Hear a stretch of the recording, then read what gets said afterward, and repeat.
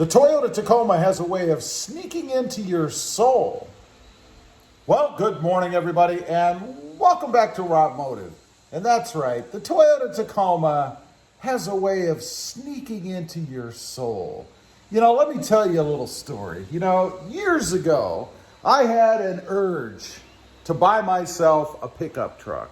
Now, this was many years ago, right? I was but a young buck, a very young buck, and I decided I was going to go out and pick myself up a truck, so I could haul things when I wanted to. They're cool. I always thought trucks were cool. Wasn't really into the modding scene at all, so I wasn't really much about that. Although I did do one thing, I'll tell you about that in just a minute. So I went out on a search. I looked at Chevys. That was back in the S10 days. Do you remember those? I looked at Ford Rangers, just as pedestrian today as they were back then. And then I came across this dark blue Toyota Tacoma. It was a pre-runner. They called it a pre-runner. I didn't know what a pre-runner was. It had a locker in the rear. I actually thought that would be good in winter weather. Boy, was I wrong. So I picked up that truck and I loved it. Had good power. I believe it was a second gen, I think. Had good power. It was comfortable. There were just two of us, so we fit well in it. No issues. It fit in my garage. It was perfect.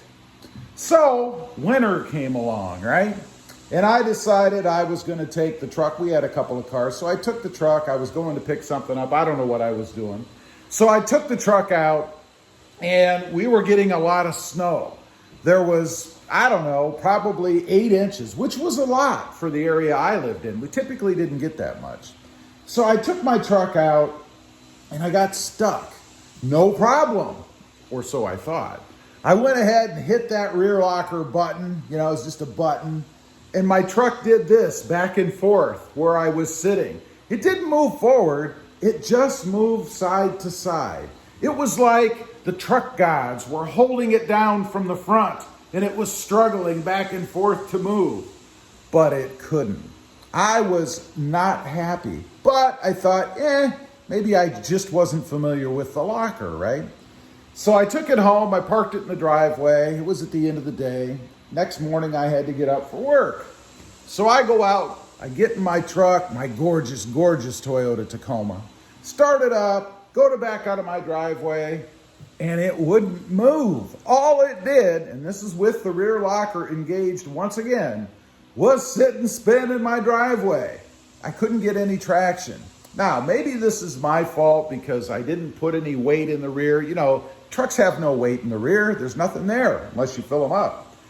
So I was unhappy. I traded it off not long after that. I didn't buy another truck. I think I bought some kind of front wheel drive car. I don't know. Now, let me tell you about the modding experience on that truck before we move on.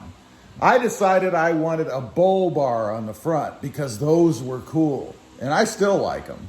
So I put a bull bar on the front. This is the days before the horrid TSS system. So you didn't have to worry about putting anything in front of the grill and having all kinds of lights and things go off in the truck.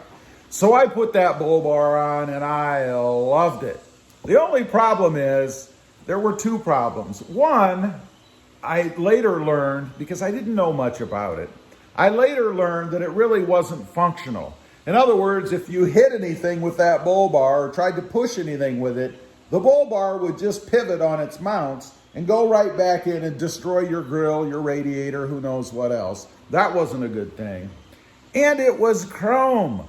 For some reason, I'll admit it, I am a devout anti-chromist now. I must have had an awakening sometime after that. But I really did like it. It looked sharp on that dark blue truck. And there were other chrome accents on it. So it all kind of blended together. So that was my first experience with the Tacoma. And I wasn't aware at that point that the Toyota Tacoma was seeping into my soul. So later on, I decided I needed another truck. And I bought, I think it was a Ford Ranger. Since I had such a bad experience with the Tacoma in the snow, I thought the Ford Ranger would be better. I was wrong. It was not. I didn't have that truck long. And then I got into another Tacoma. I liked it. I really did like it.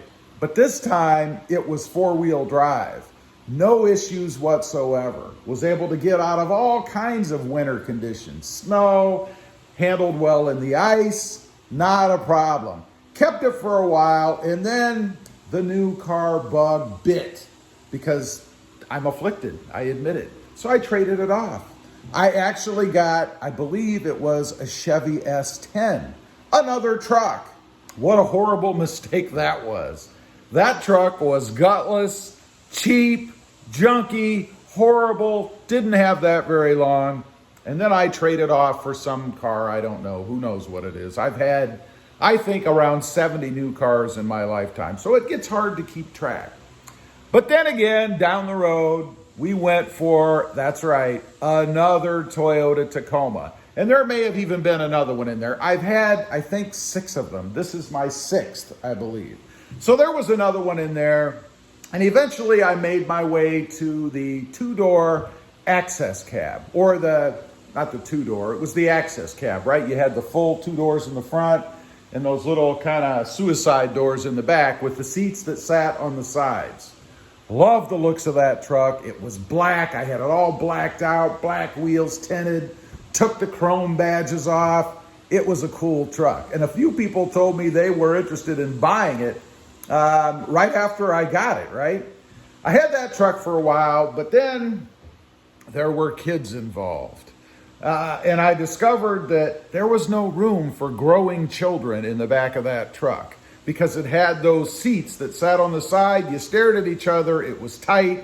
They were horribly uncomfortable. How do I know they were horribly uncomfortable? Well, you see, my son, he decided that he was going to drive his car out one night to go somewhere late at night after we went to bed, the wife and I. We get a call in the middle of the night that he is in a ditch. He has wrecked his car. Now, I'm not very happy, you see, because it's the middle of the night and I got to get up and go to work the next morning. So I jump in my truck, drive over to pick him up, and for some reason, I don't know why, my wife drove us home after we went to get him and that whole debacle, and I rode in the back. He sat in the front, she drove, and I sat in the back in those side seats. They were horrible. You sat straight up and down, terribly uncomfortable, and that's what did it for me. That truck had to go. I was sympathetic, even though I was unhappy with the children, him in particular. I was sympathetic and thought, there's no way these kids can ride in the back of this truck. It's horrid. So I traded it off. Fast forward a little further down the road, something more recent, and you guys would have seen this one, and that was the Barcelona Red, the Sport that I had. Loved that truck, loved the color of it. It was horribly underpowered. Wish I'd have known about the Sprint Booster when I had that truck. It was an automatic. So I traded it off. I think I got a Tundra at that point. I think it was the double cab Tundra, I think. And of course, as you know, the Toyota Tacoma is firmly held in my soul now. So I decided to go ahead and build myself a 2020 TRD off-road. And actually, I'm wrong. I did not trade that red one off for a Tundra. I had a Tundra in addition because I traded the red one for the Voodoo Blue. And I love it. It's awesome. With the addition of the Sprint Booster, it is perfect. It's got the power that I want. It's a manual transmission, which I wanted. Love the looks of it, and it is awesome. So I think I am true testament that the Toyota Tacoma does have a way of sneaking into your soul. I've had 6 of them. I'm sure there will be more to come. And I got to admit, I just love the truck. Anyway, leave a comment. Let me know if you keep going back to the Toyota Tacoma. Is it in your soul? Has it snuck in? Or why do you keep doing it? I'd be curious to know. Also, real quick, I do have 2 additional channels. RobMotive FST, all about my 2021 Toyota Tundra. And RobMotive JT, about my 2020 Jeep Gladiator.